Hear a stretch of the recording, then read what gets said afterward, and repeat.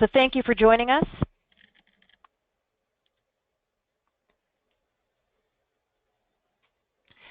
And our workshop mission is to really help people get more from the technology that you already have, introduce you to new technologies that you need to know about. There's so much going on in technology all the time, it's impossible to stay up with everything, and that's really our job. We're researching new things. For call clarity, this is a listen-only call, but we will follow up with any questions after. So with security, you can't pick up a newspaper or turn on the TV without hearing about the threats that are out there. And there's a lot of scary news out there, and we're going to help kind of sort your way through it to figure it all out. But some of these headlines will probably look familiar. There was a hospital in the LA area that was hit with a $17,000 ransomware request. There's a lot of talk right now about the Internet of Things and all the risks that are involved with things like web-enabled cameras, even web-enabled thermostats. The U.S. Chamber of Commerce was hacked through a Nest thermostat not too long ago. So these kind of things are just going to continue to grow. If you read about corporate data breaches, it's almost a who's who. It's not a question of if, it's a question of when folks will get hit. UPS, Target, Home Depot, Sony, these are all the ones, the big businesses tend to, they're going to wind up in the news, they're recognized names, but the threats are just as real for small business. And that's something that we need to all keep in mind. And the big threat that's out there these days is ransomware. So ransomware is a kind of malicious software that gets on a system, and old viruses used to slow down your system. They were annoying. There were things like keyloggers, but ransomware kind of takes it all to a new level, because what it does is the virus gets on your system, locks up your system so you can't get access to your data. It will take your files, encrypt them, and then a horrible warning comes up on your screen and says, if you want your files back, you got to pay us money. And the WannaCry attack that just happened a couple of weeks ago really was a wake-up call for a lot of people. This stuff has been going on for a long time. WannaCry did so much damage, it really made international news. So it's yet another variant of ransomware, kind of theme and variations of things that have been going on for a long time. And what you wind up with is this warning sign on your screen that says, oops, your files have been encrypted, you can't get to your files. And it really did a lot of damage worldwide. In London, you might have read this in the paper, in the National Health Service in the UK, people were being turned away from the hospital. There were refrigerators that were keeping blood at temperature that was put at risk. Surgeries were canceled. A huge disruption. This impacted lives. And just to show how indiscriminate this ransomware is, it was requesting a $600 ransom. So and you might think about that a bit. The reason behind that is that these threats are all automated for the most part, but they will get more sophisticated. But this one caused so much damage, and it really woke up people to what's going on in cybersecurity. So the way this all starts, I'll give you a little bit of the technology that's happening behind these threats and show how they're evolving. Is that first, there was a Microsoft vulnerability that was discovered, and if you think of how complex modern software is, there's always loopholes, thousands of lines of code, there's loopholes in there. So hackers are out there trying to find out what they are and see how they can exploit them. The software vendors, Microsoft, Adobe, etc., are all looking at their software. They'll get reports from the white hat hackers who will report the vulnerabilities, and they patch them. So that's why these patches come out all the time.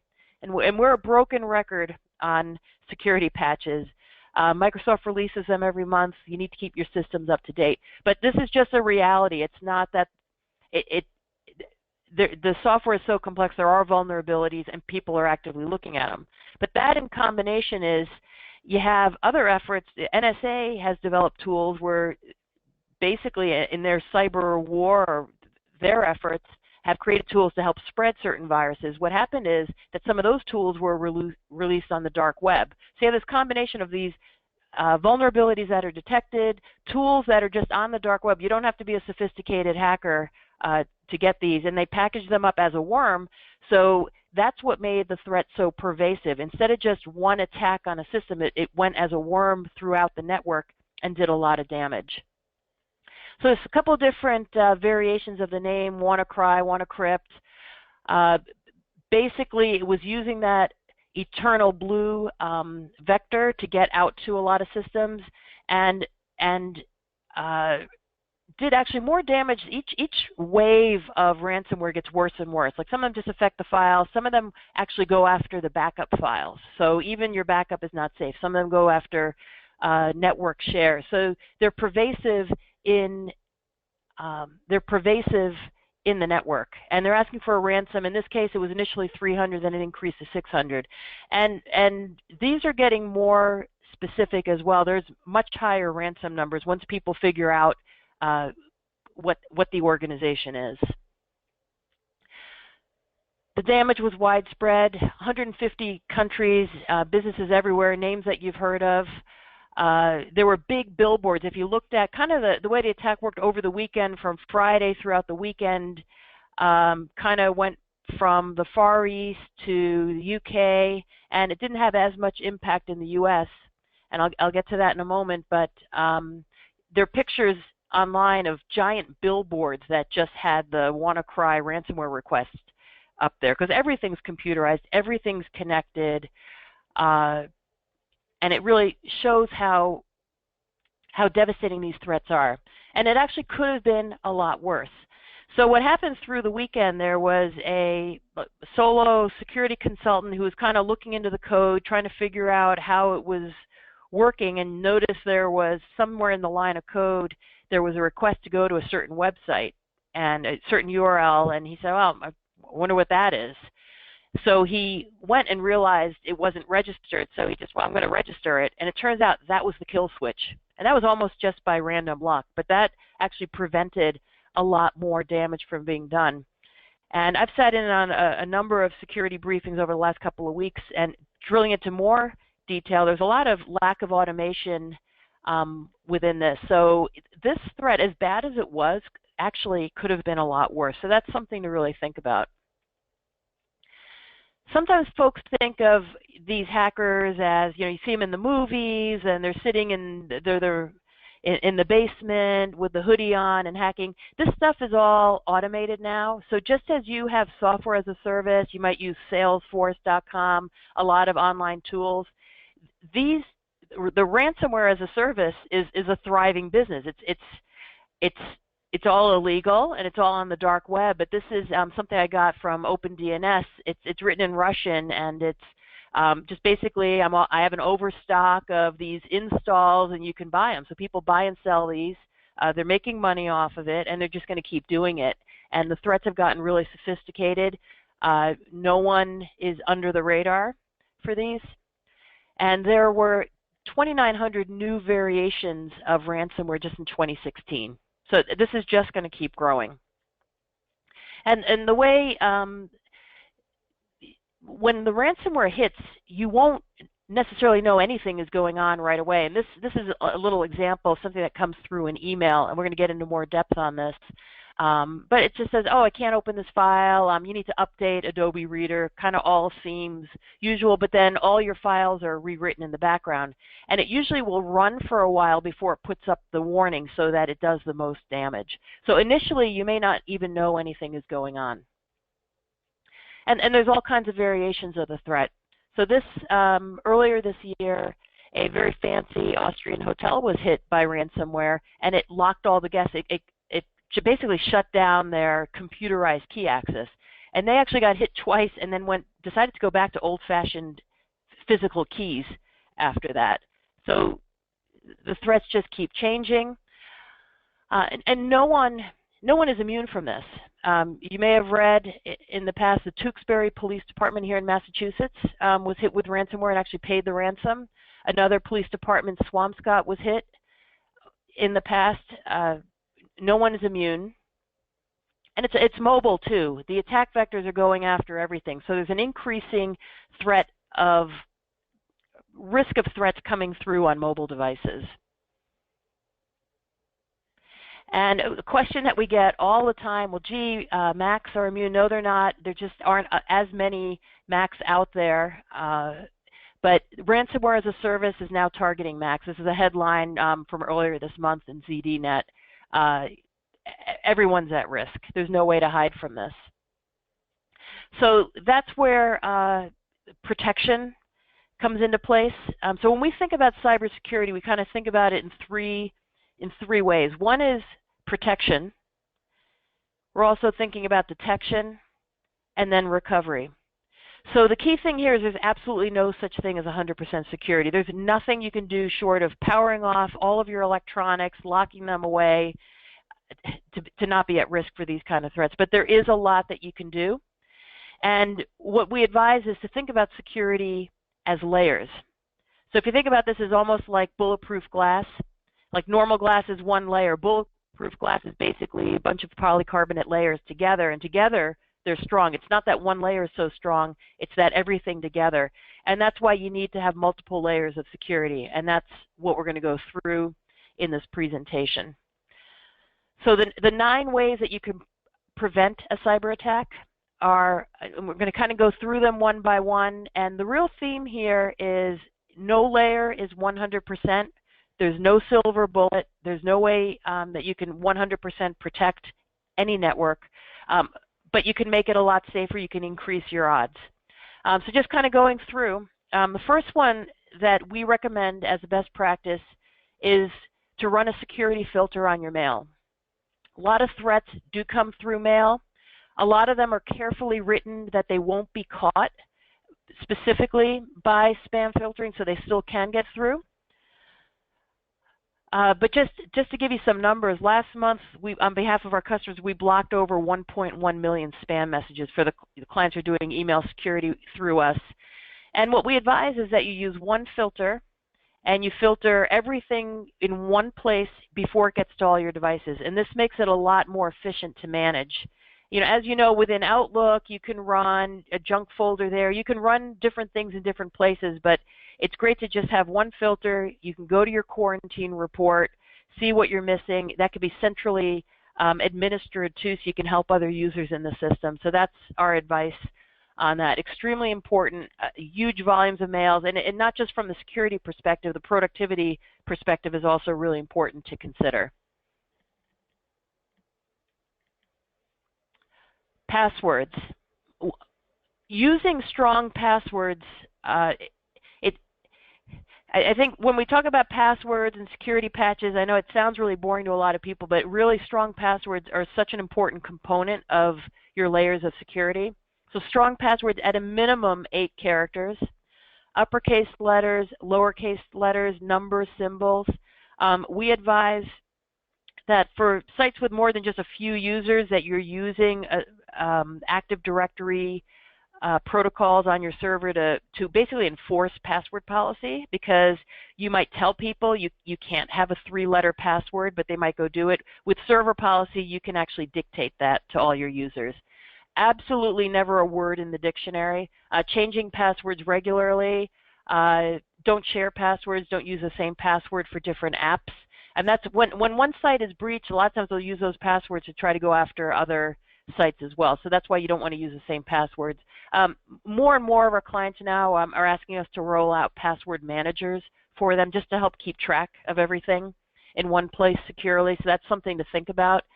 But passwords, as basic as it is, really important. One of the interesting things that happen when a site gets breached, sometimes they'll publish passwords, and you can kind of get visibility to what the popular passwords are. So these are this was from a breach maybe a couple years ago at this point, but these were the most popular passwords in order from that breach. So 1, 2, 3, 4, 5, 6, that was the most popular password. So basically, if you see any of your passwords on this list, change your password right now. You should not be using any of these passwords. Okay, moving along now on another thing you can do to help protect your network is computer updates. So that's Microsoft, and it's not just Microsoft. Microsoft is sort of the most high profile, but it's Java, Adobe, all the other applications, call them third-party applications on your systems, and Macs, as we said. And here I want to highlight from the Mass Data Security Law, and this is verbatim. For files containing personal information on the system that's connected to the internet, you must have reasonably up-to-date firewall protection and security patches. So this is actually required by law in Massachusetts and basically across all states. Industry-specific regulations like HIPAA, et cetera, require this. Okay, moving along, another thing to focus on in your layers of security is end-user training. So an IBM study found that 95% of data breaches are caused by human mistakes. I was listening to a cybersecurity expert from the FBI talk about this, and basically somebody did something that shouldn't have happened if there's a security problem. So it could have been the weak password, but a lot of times it's users, more and more, it's users who are opening up what's known as phishing emails. So that's a really prevalent attack vector. In years past, you'd have to go to maybe a questionable website, but now even there's drive-by viruses on good, reputable websites because they're not really controlling what the ad servers are doing. But I would say phishing attacks are probably the most common attack vector. Mass data security law, I'm just highlighting this because the law specifically requires the education and training of employees on proper use of computer security systems and the importance of personal information security. So Massachusetts put that law in effect to help prevent basically identity theft.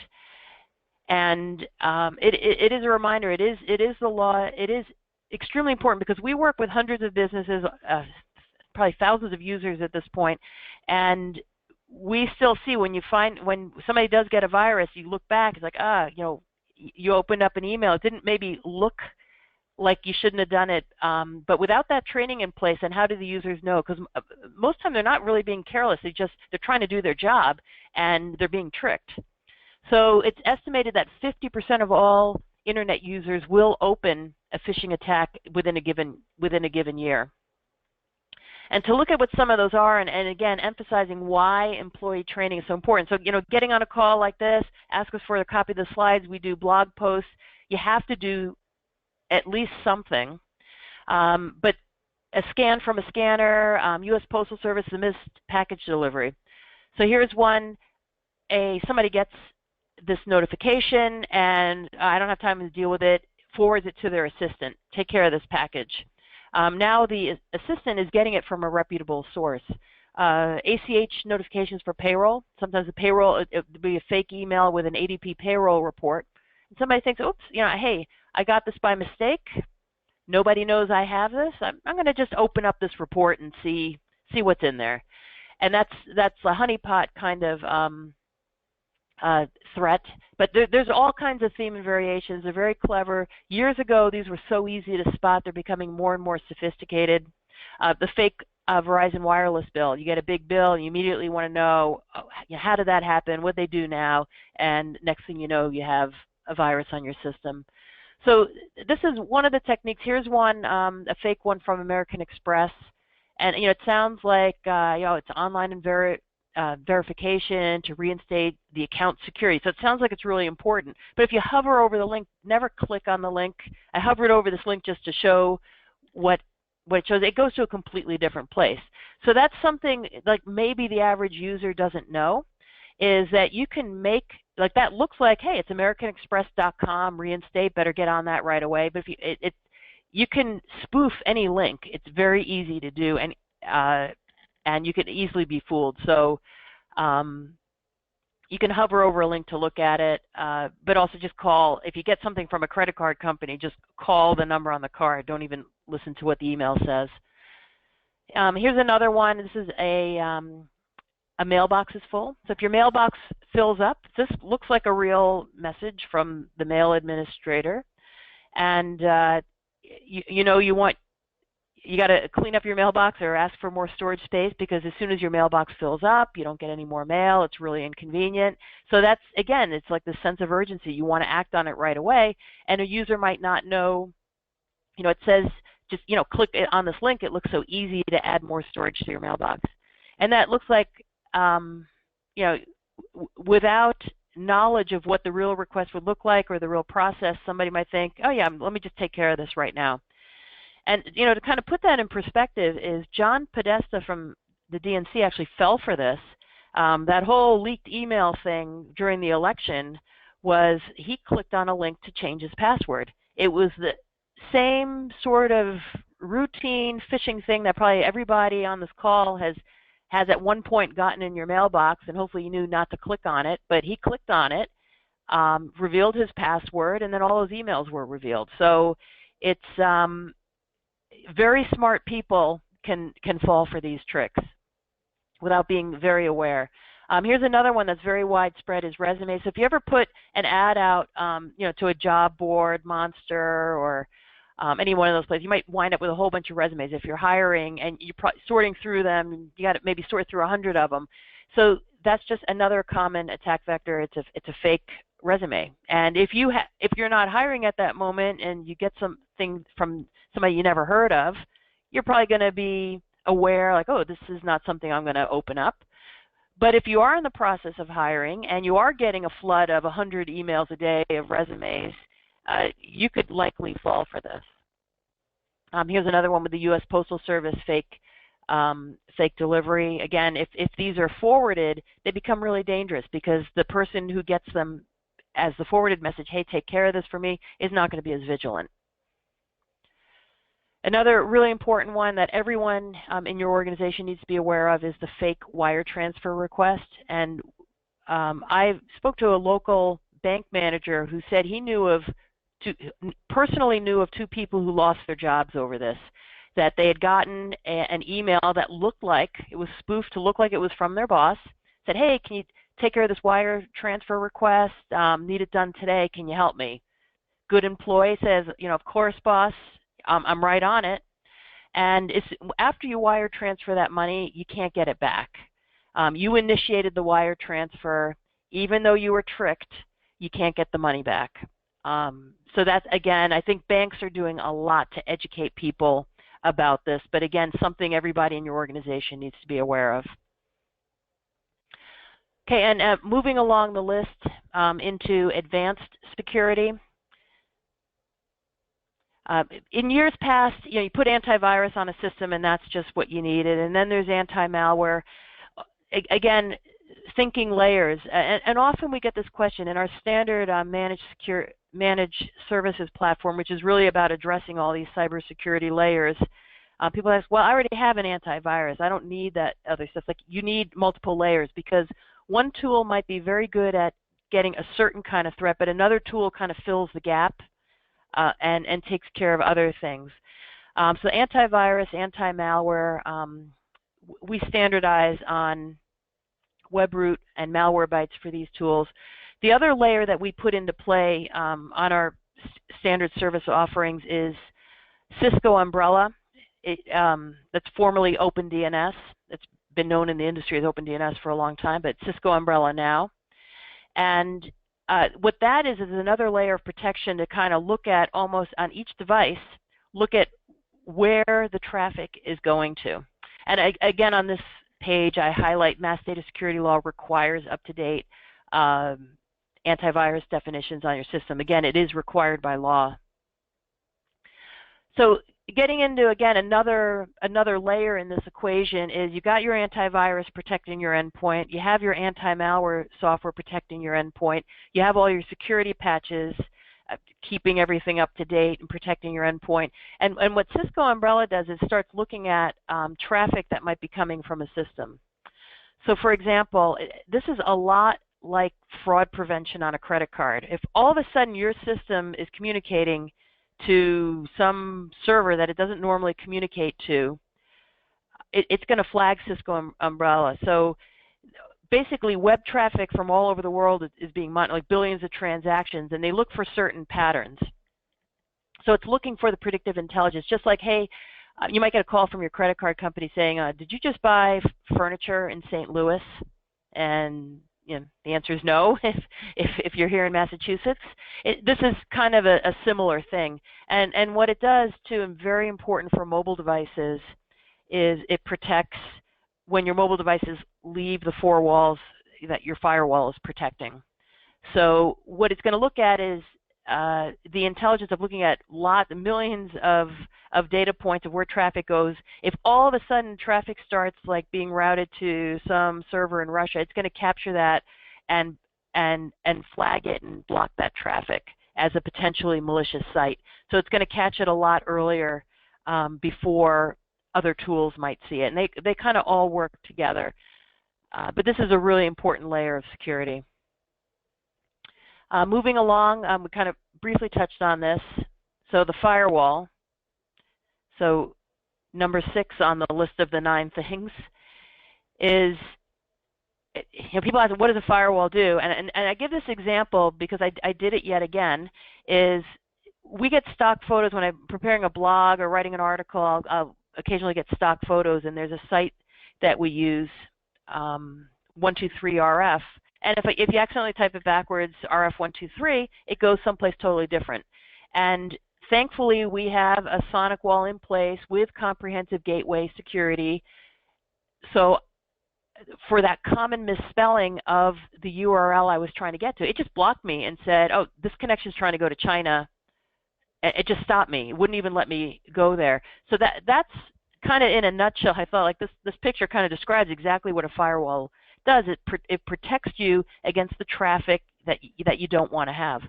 And we get questions a lot, like somebody might say, well, why do I need a sonic wall? I have Verizon 5, so they put in a firewall. Well, that's a firewall, but it doesn't nearly have all the features and intelligence that's built into a business class security device. So yes, it's a firewall, but it doesn't have the geo filtering, doesn't have all the other features that you want to have in place. You can block traffic. You can change how traffic is analyzed through certain sites, so you can improve the efficiency of your traffic. Very important to have a business class firewall. Up-to-date firmware is required by law, so that's something to not ignore. Moving along, encryption. Mass data security law, again, to the extent feasible, encryption of all transmitted records and files containing personal information that travel across public networks have to be encrypted. What this boils down to is don't email protected information. And encryption is required for all personal information stored on laptops or other portable devices. And the important thing to remember here is that password protection is not the same as encryption. So if you have a Windows password on your laptop, anyone could take that hard drive out of your laptop, plug it into another system, and basically read what's on that drive. Encryption is really a totally different standard. Encryption is sort of like taking all that data, putting it into a cross shredder, and then the encryption key sort of shreds it, and then like a magic wand makes it come back together again. Encryption and password protection are different. Mass data security law, HIPAA, and many other security regulations require this. Also, once you get into regulations like HIPAA, the reporting requirements are different. If, for example, a laptop is stolen from your organization but it's fully encrypted, you're not required to report. So any little thing like a thumb drive, portable drive, they have to be encrypted. Okay, then moving along to number 8 on the list, backup. Again, lots of layers, a lot to think about, but important to think about how all of these protections work together. So we talked at the beginning about prevention, detection, and recovery. So the key thing to remember is prevention and detection cannot be 100%. It's not possible to have 100% security.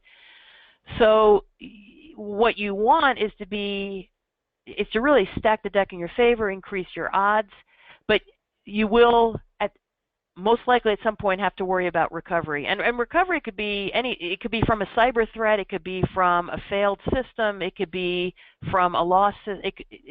Loss can happen in a lot of different ways. So the really important thing to remember, and when we meet with clients, we try to kind of get this point across. Backup is about, can you recover your data? And continuity, disaster recovery is about how fast you can operate again. And that's a really important thing to think through. So we ask folks to think about a recovery time objective based on your ability to tolerate downtime and the associated costs. So, for example, if you have a consumer class like Carbonite Backup, you might have everything backed up, but it may take, because of the distributed nature of where the data is, it may take 2 weeks to get it back. Now, for a very small business, you might say, that's okay. We can operate, we can survive for 2 weeks. In a bigger, more busy system, you might not be able to be down for a half a day. An hour could be absolutely devastating. So disaster recovery is all about how fast you want to operate again. And I have, this is a headline from San Francisco. The San Francisco public transportation was hit with ransomware last fall, right on Black Friday. So they got, nothing worked. Nobody could buy fares. So what they had to do was just shut down all their fare buying. So they had everything backed up, and they were bringing up all their systems, but it took the entire weekend. So they weren't able to collect any fares. So fortunately, at least the system could run, but they weren't able to collect any fare and lost millions of dollars as a result of that. So that's a case where they had backup, but they did not have continuity. Really, really important to think that through before. And each business, you can calculate your cost of downtime and then compare that to what it would cost to have a continuity solution in place. And we really strongly advise folks to think that through and have a plan in place before you actually have to face it. All right, and then last on the list of what you can do to help protect yourself is, have you done a security assessment lately? So our advice on this is you should run an assessment at a minimum of every year. Really important is to think about where your protected data is. And just about whenever we go in with a client and start looking, data winds up in places where you don't think it should be. Somebody copies a file to a laptop. People are moving stuff around. You may not be fully aware. If you haven't thought through file sharing, what your rules are on file sharing, you might have had an employee put Dropbox in and your files are, who knows where. Really important to take inventory, take stock, and understand where your protected data is. We advise to cross-check the mass data security law standards as a minimum. We have a worksheet that we can email to you. It's very easy to follow. It says, basically goes through every guideline in the mass data security law, and you can kind of self-assess and work through which ones where you comply and what actions are needed to comply. And that just sort of puts it all in perspective in one place, just a few pages long. So just let us know if you want us to email that. You are required in the mass data security law to have a written information security plan. That's something that we find lacking a lot. People will often be doing all or most of the right things, but they haven't written a plan. It could be one page, just bullets, but you have to have a written information security plan. Have you thought through a bring your own device policy? For example, if users if they're bringing in iPhones, are they allowed to connect to your company network? Are they supposed to be on the guest network?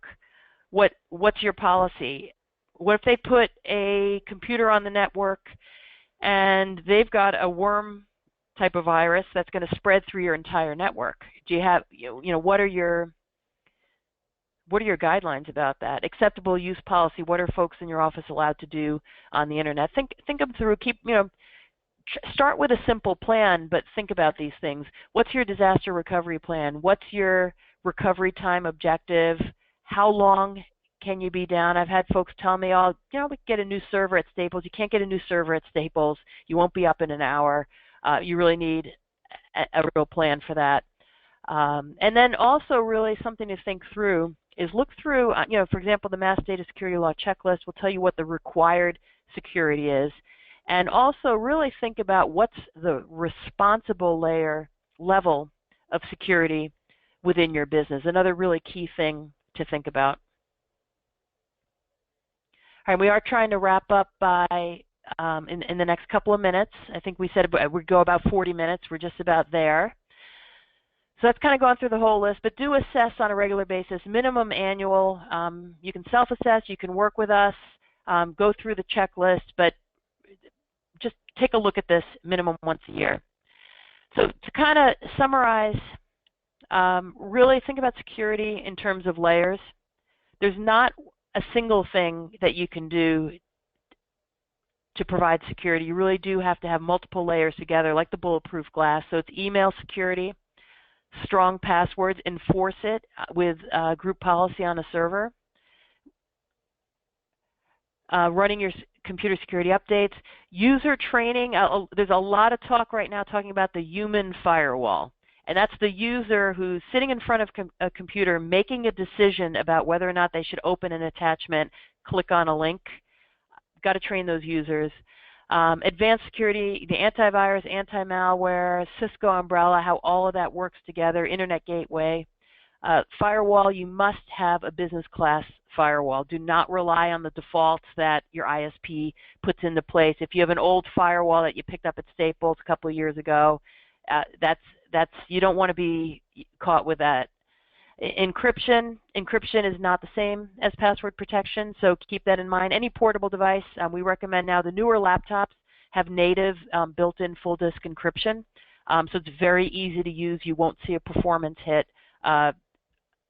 Just get that on day one, even if you're not working with protected information on your laptop. The backup, really think through backup versus disaster recovery time objective, very important to think about. And security risk assessment, minimum of once a year. Okay, just wrapping up, many folks have asked us for policy templates, if we have samples of written information security plans, BYOD policies, it's acceptable use. If you do want to take this up a notch, there's a lot of stuff available online that you could take advantage of. We have put together a formal program because folks have asked us, they want to see phishing tests. They want to see a test to see, I wonder if my people are going to click on this. So if you are interested, if you go to Ikari.com training, we do have a formal plan in place. If you're interested, if it's a fit for you, this is what it looks like. It's a portal of all the policies and procedures. So you get the templates. You can customize them for your environment. It's a starting point, so you don't have to reinvent the wheel. There's also an education center where folks can take an annual test. You can get certificates. It's a good way of really raising the awareness of security, because security is sort of, it's an asymmetric threat. You put all these layers of protection in place, and then you get one user who clicks on, they're in charge of screening their resumes for a job opening you have, and they click on one that causes ransomware to totally infect your system. That's where the education comes into place, and the phishing tests if you want to see them. So if you do want to do that, we will give one free month of that. So check that out at Ikari.com training. We'll give a free month if you sign up by the end of this month. And with that, we're going to wrap up. We're just at the 40-minute mark. Covered a lot of ground. I did press record on this, so hopefully I have a good recording that we can get out to you if you want to review it again. If you want a copy of the slides, I can email you the slides. We can come to your office and do more of an in-place Q&A if you'd like, but we really can't overemphasize the importance of educating the end users. Those are the folks in your organization, and it takes one mistake to kind of cut through. You put all the layers in place so you can protect yourself as best as you can, but those users are going to be making decisions. We also put stuff, notices on Facebook. We have a Twitter feed where we put up a lot of news. It winds up being a lot of cybersecurity stuff on our Twitter feed, and we also have some training on our YouTube channel. So with that, I'm going to wrap up. Please, email us if you think of questions later on and you want a copy of the slides. Let us know if you want a copy of the Mass Data Security Law worksheet. And I want to thank everyone for joining us today. Thank you very much, and I'll be signing off. Thank you.